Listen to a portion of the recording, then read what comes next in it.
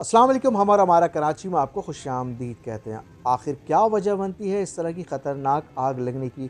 Arshi shopping mall को, जो कि शहर के वस्त में डिस्ट्रिक्ट सेंटर में वाक़ इस इमारत को आग ने अपने लपेटे में ले लिया और बढ़ते बढ़ते इस शदीद नौयत तक पहुँच गई थी कि दुकानें बुरी तरह जल गई और आग ने ऊपर फ्लैट में जो रिहाइश इख्तियार थी उसको भी बुरी तरह मुतासर किया। और इत्तलात के मुताबिक सिलेंडर को रिपेयर की सूरत में आग बढ़ी। मगर सवाल ये उठता है कि शहर कराची के दुकानदारों ने अपनी दुकानों के लिए किसी किस्म के फायर एक्सटिंग्विशर नस्ब किए थे? अगर फायर एक्सटिंग्विशर दुकानों में मौजूद होते तो यकीनन आग की शिद्दत कम हो जाती और इस कदर बड़े नुकसान से बिल्डिंग की रिहायशियों और दुकानों के असासों को बचाया जा सकता था। हाल ही में आराम बाग की फर्नीचर मार्केट का विजिट का मौका मिला तो वहाँ भी फायर एक्सटिंग्विशर अक्सर दुकानों में मौजूद नहीं थे।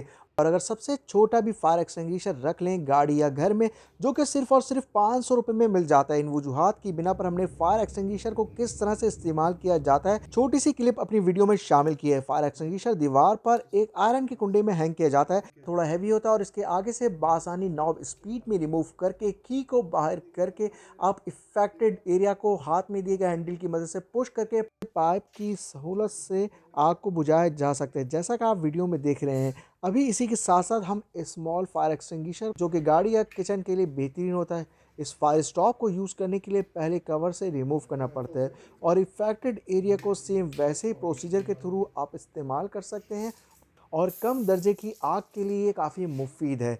इसी के साथ मिलते हैं अगली वीडियो में। चैनल पर नए तो सब्सक्राइब करना नहीं भूलिएगा और फॉलो करें हमारे फेसबुक पेज हम और हमारा कराची को। अस्सलाम वालेकुम।